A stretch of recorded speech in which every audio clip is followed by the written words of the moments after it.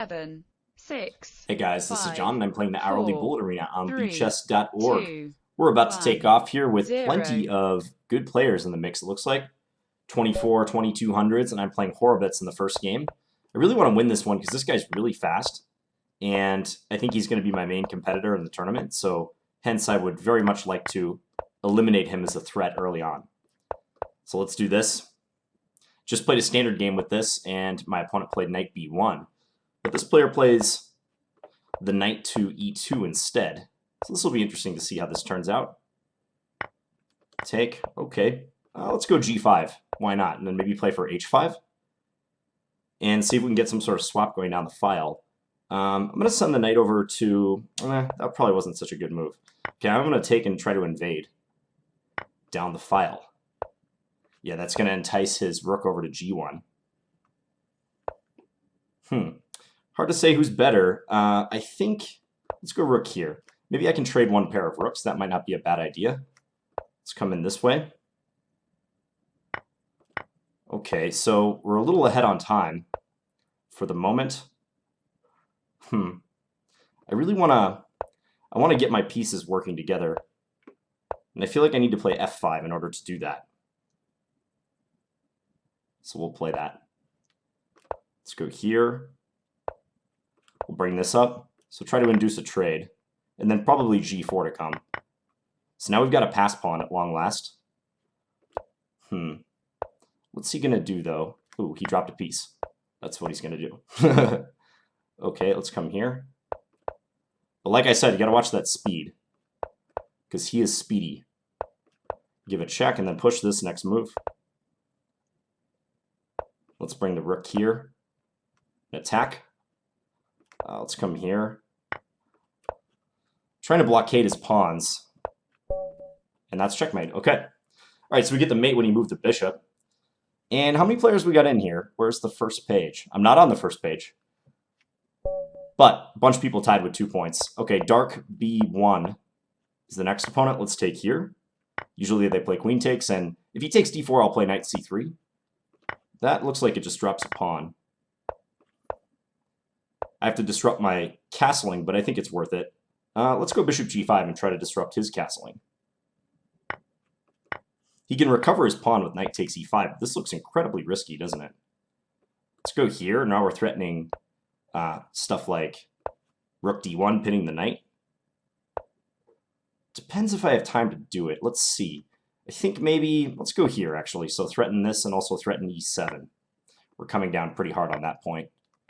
Okay, so if I take, let's give it a check. And go pick up that rook in the corner. And now I want to come here, and could be a little tricky, but now I think I'm going to get out. And I'm going to win this pawn in the process. All right, so my knight was able to extricate itself from a8. That's crucial. Now we're hitting these 2 pawns. This looks like we're going to pick up one of them. Let's take that one. And I think I'm just going to rush this pawn down the board. Let's go here and attack that knight. Let's take that first. Let's come here and push the a-pawn. Yeah, he can't really stop the a-pawn now. He's going off with his knight in some random direction, and he resigns. Okay, so 2 wins. And Horowitz is going to come back with a vengeance, though. I know it. We're probably going to play him again coming up in the tournament. So we've got 73 players in. Christian Crew is next, 2100. Let's play knight f6, and we're going to have a Kali. Nope.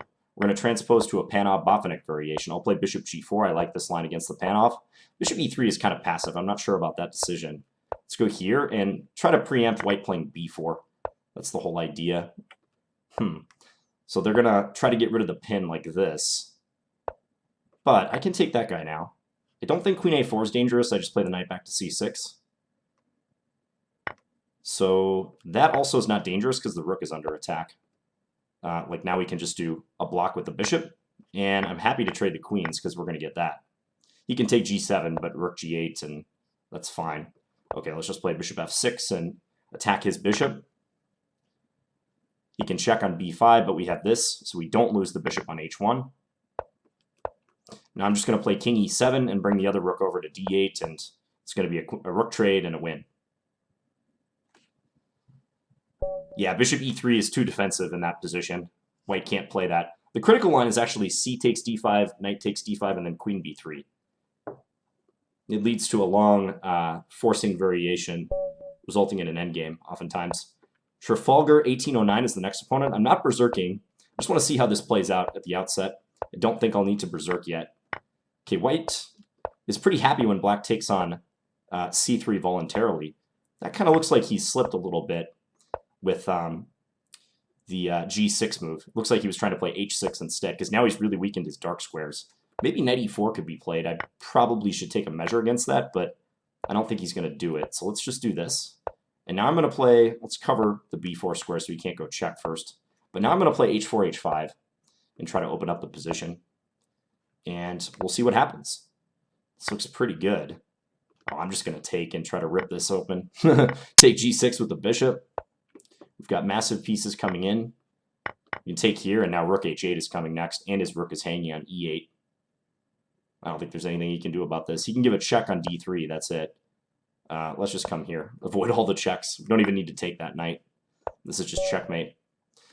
Okay, so we are in second place. Magdanos is in first because they berserked that last game. And we have 86 players in. Gabriel says, hi, Finns, this is John.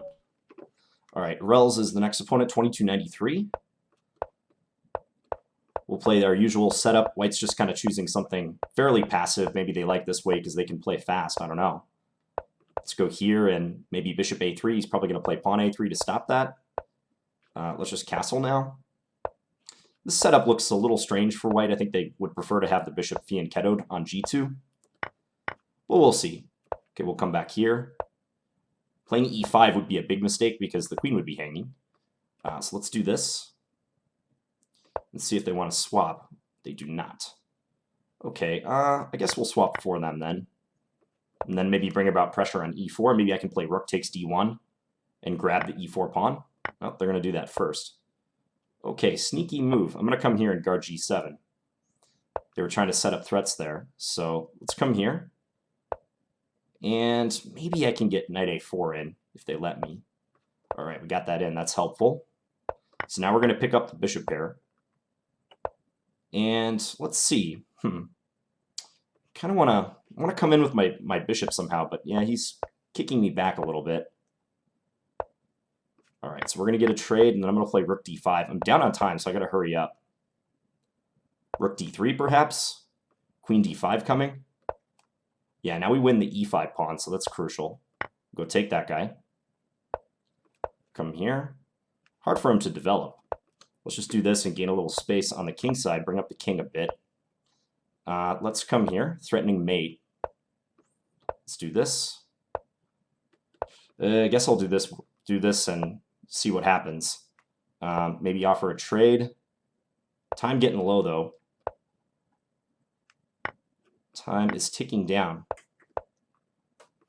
Let's bring this back next move. Let's try to play b6. Oh, he keeps harassing my rook very annoyingly. Okay, let's take there. Whoa, what was that? I feel like I'm lagging slightly, but I can't tell. It's hard to tell.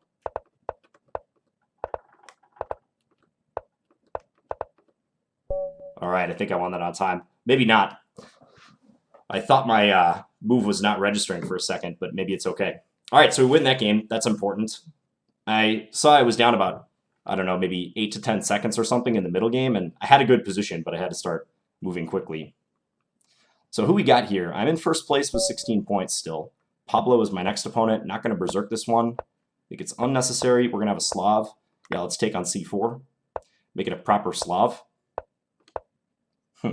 White playing this a little strangely with this bishop f4 move. I think I could have punished that a little bit better, because usually they're not supposed to be able to get the bishop outside the chain, but whatever I did move order-wise, it failed to punish them for that. So, okay, let's go here. This bishop hopefully is out of play. Ooh, that looks like a massive blunder. I'm just going to take and then take the rook, plain and simple. Okay, we're up a rook now. Let's just trade. and force a trade here. They can't take b7 because their bishop would hang. Let's just keep trading down. We'll do this, and then let's play a6, guard the pawn, and I want to go after this pawn now. So we'll bring the rook in. Take that. I hope he resigns, because I would really like to get more games in. But it looks like he's not going to resign. So we have to force him to resign. We have to outplay him. Maybe losing his queen will convince him. Nope.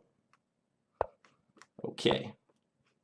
Let's bring the rook in next move. Oh, he gave up. Okay. He was in second place, so that's a good one to win. Who else is up here? Completely useless. Pablo, Chess Strategy, Horowitz. All those players are trailing with 14 points. So they'll be coming on strong. Completely useless. Yeah, the more games I can get with direct competitors in the tournament, the better. Okay, so let's castle next move and then play bishop e3. A lot of players like this setup. Then they play for e5. Or maybe not in this case. We'll find out. That's a pawn. That is a free pawn. Knight g4 was kind of strange. Usually they push the pawn instead. Now I might play c5 if I get a chance. Let's play bishop d3 first just to guard e4. Yeah, they do have that move. That's annoying. Then go after that dark square bishop. Let's go here and then take with the knight. They don't want that. Okay. So let's do this and outpost our knight. Missed that was hanging. I guess I'll play c5 and maybe knight d6. If they take d4, I have rook c4, so I like that. Maybe I can attack f7. That's my plan. Put a lot of pressure there. I like my outposted knight. I don't like the fact that I'm in a pin right here. That's annoying. But we'll see. We'll see if that's a big deal. He might sack the exchange on d6. I get the feeling he's looking at doing that. Yep, there he goes. Okay, so if I can ever get queen takes g6 in, that would be perfect. I think I can do it right now. Let's play that. If he takes c4, I take h5. Or I could even take g7, actually. Let's take g7, because that just simplifies the game a little bit. He needs to get his knight back in the game. Now I can play rook d6, though, and I'm hitting that knight. Yeah, this is good. This is quite good. If knight d5, I can take it with this rook. So I think that pawn is just dropping off.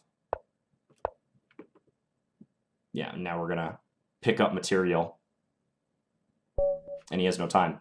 All right, so we get the game against completely useless. Horowitz coming on strong, 18 points. Hasn't lost a game since that first one. Flaneur is in. Hello to you, Flaneur. David, a consistent viewer on the channel. So we've had this line a couple times in this tournament already. Let's play the queen back to d8. Bishop out to g4. Par for the course, right? In the queen d8 Scandinavian. Let's keep the bishop now. I won't take on f3. We'll just preserve the bishop, just pull it back. Goes kingside instead of queenside, so I'll do this. Not sure I want to take on c3 yet, so okay, let's do that, because I can play queen here next and attack both of these pawns. That looks good. Make white figure out how they're going to defend them. So he chooses to defend the c pawn, but in doing so has to give up the a pawn. Okay, so now he's going to come with f4 as the thing. I'm going to come here, and so if f5, I can take and play bishop h5. Like this, and skewer the queen to the rook. I think he missed this idea. All right, let's go here, and knight e3 could be threatened, or knight takes c3 even.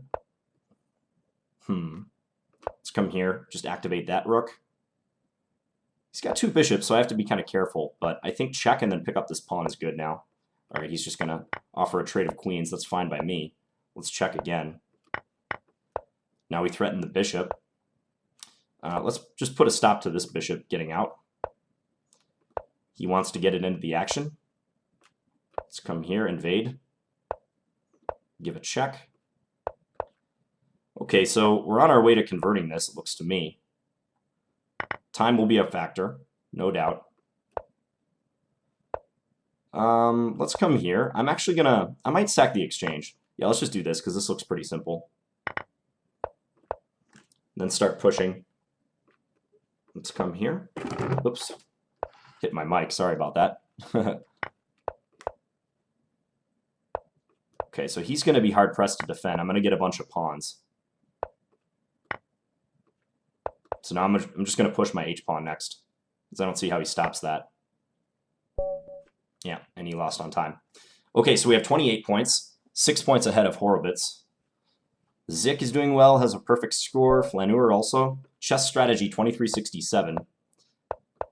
Let's see if we can keep the victory train going.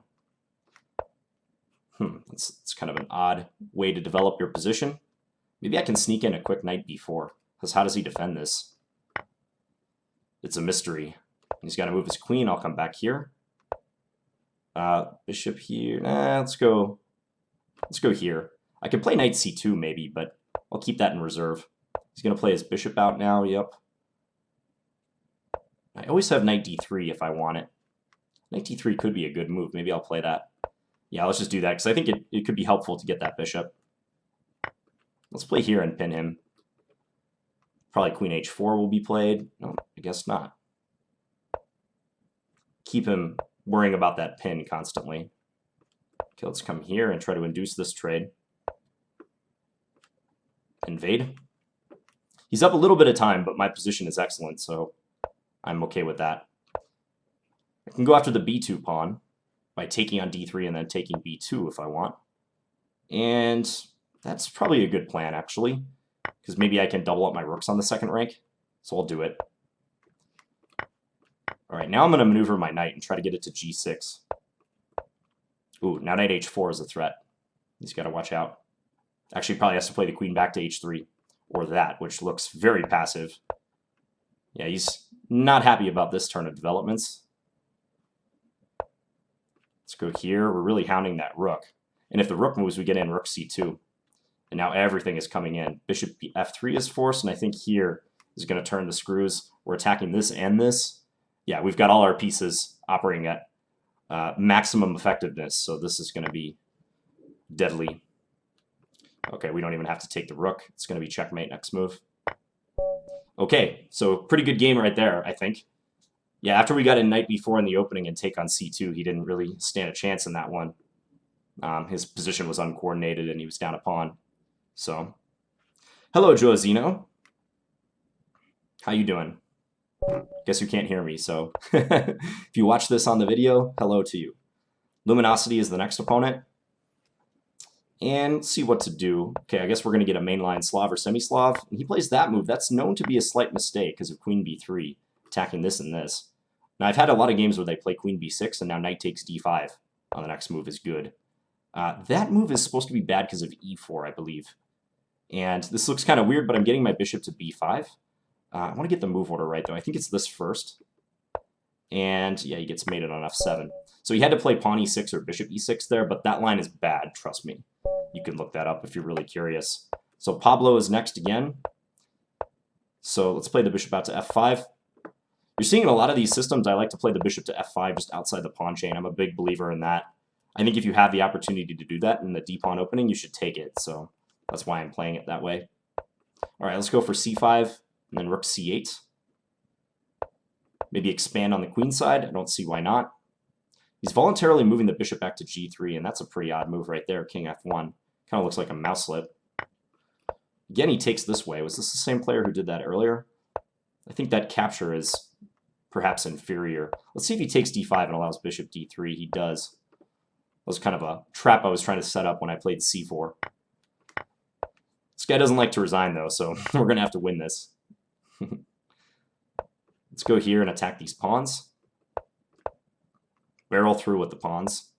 Yeah, he's trying to keep it closed. Rook e4 would be good right here. I guess I'll just take that. It's fine. Let's take b2 now. And we'll come here. He has bishop e5. I missed bishop e5. Okay, I slightly misplayed that.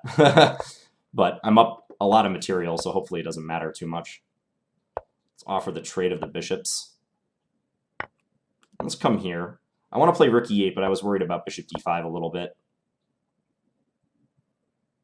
I think still rook e8 is going to be effective. Now our queen is coming into e1, attacking these guys. All right, let's just take there. Take that. We're stopping the pawn. All right, now we can easily stop that pawn. I'll let him have the bishop if he wants. He doesn't want it. All right, take there. Just push this. And mate. Okay, back to tournament. So 40 points, but Horowitz is hot on our heels. He's really trying to catch up. He just berserked. He hasn't been berserking very much, but he probably hasn't had a lot of opportunities to do so. So if we play him one more time and get the win, I think that will be sufficient to win. I'm not going to berserk. I mean, I haven't berserked at all this tournament, I don't think, just because it hasn't been necessary. So this player is playing the pre-mover's favorite opening, where you set up this. This is also an anti-computer opening as well. People like to do this because they feel like they can control the position. Let's take here, and then let's take on d5. So we're trying to disturb his castled king with this plan. That's kind of interesting, but maybe... Okay, I'm going to do this and try to break through in the center. You'll see what happens. I'm going to try for a quick d5 after these exchanges are made. Like, he'll take my bishop now. I'm going to go d5. Because if he takes here, I take here. This is the one problem with this opening, is that if white can time their pawn breaks correctly, black's in big trouble. So, hence, when you see people play this way, they have to be very mindful of the pawn breaks. Now, if he gets his king out of the center, I take on h6, so I don't think he's going to be in such a hurry to do that. Okay, let's double up. He's defending pretty well, but I gotta think that with his exposed king, it's going to be tough for him. Let's go here and just trade off more pieces around his exposed king. So now rook f4 is a potential threat. Let's do that. Take there with check. Yeah, let's check here. And check here.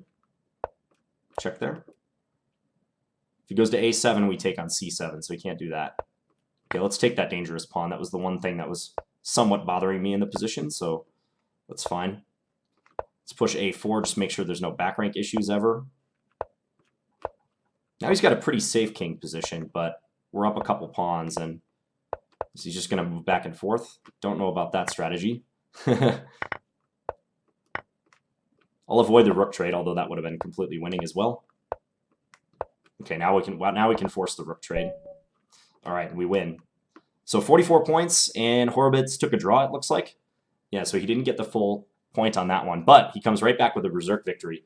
All right, well, he'll be on a streak soon, I know that, so let's see. Okay, this could be it. This is probably going to be for the tournament right now. Let's go here. He's playing like a King's Indian attack. He's just going to try to move fast. It's pretty much the guarantee on this one. Let's go here. Then let's castle and play bishop e6, and then do this. And we'll see if he expands with his queenside pawns. Looks like he's choosing not to at the moment. E4 was hanging. I should have taken that. Still can take it, fortunately. Yeah, he lost sight of that pawn for a second. Let's take there, and then let's go here, attacking this knight. Now I want to get this knight in here, perhaps, when he hung the queen. That is not going to help Horowitz. And he immediately resigned. All right, so that helps a lot. We open up an 8-point lead, and he's the only one who could potentially catch us. He said, "My queen, it's gone." Yeah, that's right. That's one thing I've noticed in that line. Like, you got to be careful about losing the e-pawn. So Franklin Palomo is the next opponent, and I haven't seen this player before, so I'll be curious how they play. Let's go c5 and then knight c6. And maybe fianchetto the dark square bishop. I sometimes even double fianchetto in this opening because I think it's a good plan. He'll put the bishop on f3 most likely. Queen d7's alright, even though that blocks my bishop. My plan is to go bishop b7 anyways, so I think that's a good idea. Let's go a5. I know that weakens the b5 square, but I'm just going to stop him from moving a5 as well. Let's go here. I'm thinking knight d4 eventually will be good. Let's go here. Because knight d4 could open up an attack on the pawn on c2 as well. So that's kind of what I like about that move. Let's see if we get a swap. He's going to take there. Okay. Probably he's going to come in with his queen to g5. I get the impression. I should have, like, rook d5 against that, should he play that way. Let's come here and guard the fifth rank and also attack the pawn on d3. Maybe e5. He could play queen g5 now if he wanted. Let's do this, just guard the pawn. Can I take here? I think I can. He could take b6, but we'll take a4 in that case.